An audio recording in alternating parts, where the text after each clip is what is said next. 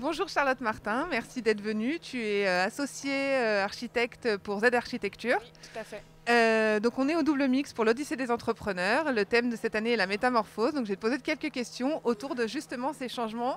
Donc par rapport justement aux changements et aux crises que nous traversons depuis des années, comment toi tu vis ces crises, tu les traverses? Est-ce que tu es plutôt à maintenir le cap quoi qu'il en coûte, ou est-ce que tu t'adaptes et tu es prête à changer ta trajectoire pour justement arriver à un nouvel objectif? Bonjour, merci déjà pour l'invitation. C'est très plaisant de pouvoir aussi représenter le monde de l'architecture et surtout sur des échelles comme les nôtres. Aujourd'hui, nous, on est une agence qui représente une vingtaine de personnes, donc on parle d'un petit écosystème à part entière. Sur la première question, du coup, sur les changements et les trajectoires et le maintien du cap, on a une petite particularité, c'est qu'on est né en 2009, en pleine crise, expansion et explosion de la bulle immobilière. Donc la crise, en quelque sorte, ça nous connaît, c'est à l'orée de la création de l'agence. C'est ce qui a formé les valeurs économiques et sociétales en fait, de l'agence. Et du coup, on surmonte ces valeurs-là communes. Moi aussi, je fais partie d'une génération, la génération des années 90, donc je suis aussi assez jeune en tant qu'associée dans le milieu de l'architecture. Donc on est aussi une génération qui est représentée, qui connaissent cette difficulté aussi professionnelle qu'on a à se lancer, cette difficulté à créer un état, à trouver sa place aussi dans l'écosystème grandissant et en crise et en perpétuel renouvellement. Nous, on est des prestataires de services aujourd'hui, et pour que le service soit entier et soit rendu, il est important en fait qu'on soit des citoyens du monde, et qu'on soit actifs sur le plan global et dans la participation. Donc la crise, en quelque sorte, c'est le fondement de l'agence. Alors sans parler de grande éloquence, mais en tout cas, c'est des choses qui nous connaissent. Par rapport à cette crise aujourd'hui qu'on traverse, qui est climatique, sanitaire, économique, le Covid nous a montré qu'on était prêt à même qu'on prenait des mesures radicales et de manière hyper rapide. Donc on est face à cette crise aujourd'hui qui prend de plus en plus d'ampleur. Est-ce qu'il y a des initiatives au sein de l'architecture qui sont nées, ou qui vont naître, ou est-ce que tu sens qu'il y a une tendance pour justement la traverser le mieux possible? Alors, qu'il y ait des tendances nouvelles aujourd'hui, non, en fait, parce qu'on s'est aperçu que finalement, on faisait des choses de manière instinctive depuis la création de l'agence. En fait, ces choses instinctives-là, on s'en est rendu compte en période de crise parce qu'elles ont été exacerbées. Et du coup, le présent, il faudrait apprendre à le positionner, à regarder où est-ce qu'il est et à le mettre en exergue. Aujourd'hui, c'est des choses qu'on fait à l'échelle individuelle, à l'échelle de l'entreprise, dans notre relationnel avec le client, nos relationnels entre les collaborateurs, entre nous. Et le relationnel aussi qu'on a avec l'agence et notre mode de travail. Ça peut paraître dérisoire, mais c'est aussi notre mode de fonctionnement, la manière dont on travaille, la manière dont on interagit, dont on vient au travail. Et toutes ces choses-là, en fait, c'est des choses qui étaient déjà existantes, des choses sur lesquelles on travaille déjà, c'est des choses sur lesquelles on est toujours en formation, parce qu'on est, comme encore une fois, on est une profession on est des prestataires de services, donc on se doit d'être ancré dans la société. On n'a pas le sens de trajectoire, en fait, il est un petit peu erroné, puisque les trajectoires, elles fluctuent toujours, puisqu'on est obligé de s'adapter en permanence. On va dire que l'objectif, il est toujours le même, et que les trajectoires, elles évoluent à chaque fois en conséquence. Et aujourd'hui, effectivement, il faut consolider les bases qui sont déjà là au sein de l'agence, au sein des individualités, de la manière dont on a d'interagir, et après, à plus grande échelle, parce qu'on n'est qu'une petite pièce du rouage global. Donc le thème, c'est la métamorphose. Oui. Donc on est en train quand même de se transformer, on est en train de vivre cette métamorphose, la crise nous le fait vivre. Est-ce que pour vous, l'après-crise, donc après cette métamorphose, est-ce que pour vous l'avenir il sera positif ou négatif? Quelle est votre vision là-dessus? Pardon, quelle est ta vision? On se doit d'être toujours positif et toujours aller vers l'avant. J'ai évoqué le sens de trajectoire, en fait, qui sans grande prétention de ma part, en fait, qui est un terme qui me perturbe un peu.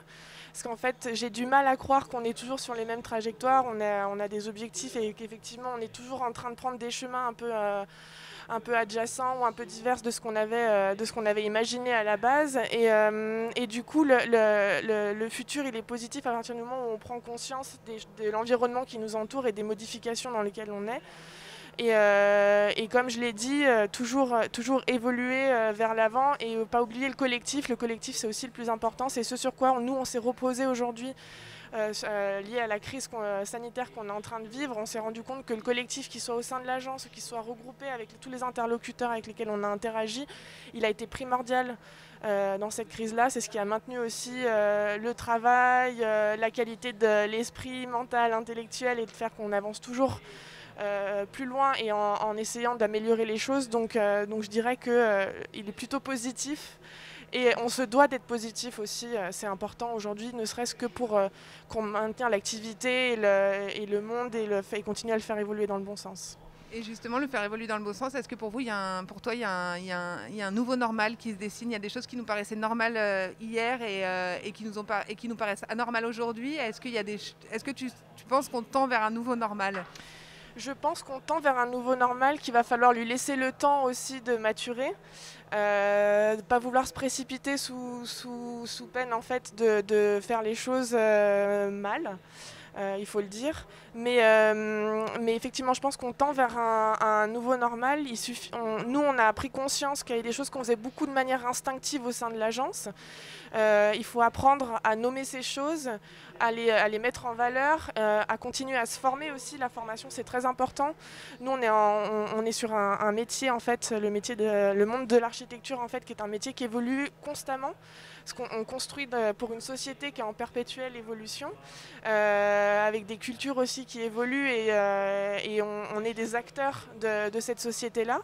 Et donc du coup c'est important d'arriver à nommer les choses sur lesquelles on a de la valeur et du poids. Prendre conscience de nos actes aussi, ça a été une grosse prise de conscience pendant cette crise-là qu'on a traversée. Une conscience qui a eu des effets positifs parce qu'on s'est rendu compte de beaucoup de choses qu'on faisait effectivement de manière instinctive comme je pouvais te le dire.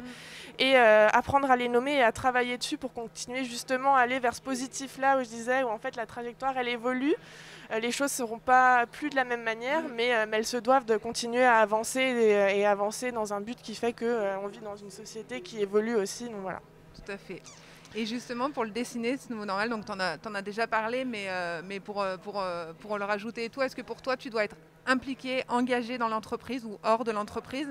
Cette quête de sens dont on parle souvent, est-ce que pour toi, tout collaborateur doit être engagé hors ou au sein de l'entreprise pour justement dessiner et avancer dans ce nouveau normal? À mon sens, aujourd'hui, on doit être engagé. Alors, on a des engagements qui sont personnels, qui sont liés à chacun, à son histoire et à son parcours. Et puis on a l'engagement qu'on doit aussi au sein de l'entreprise parce qu'en fait il y a un résultat à la fin. On est tellement des acteurs qui sont prépondérants dans le milieu de la construction qu'en fait on doit être engagé ne serait-ce que pour le résultat final. Donc pour moi c'est très important. En plus il est assez représentatif du parcours que j'ai aujourd'hui. Où en fait par mon engagement et ma prise de conscience de collaboratrice, j'ai créé du lien en fait et une histoire de passation avec l'agence et je suis devenue associée du coup.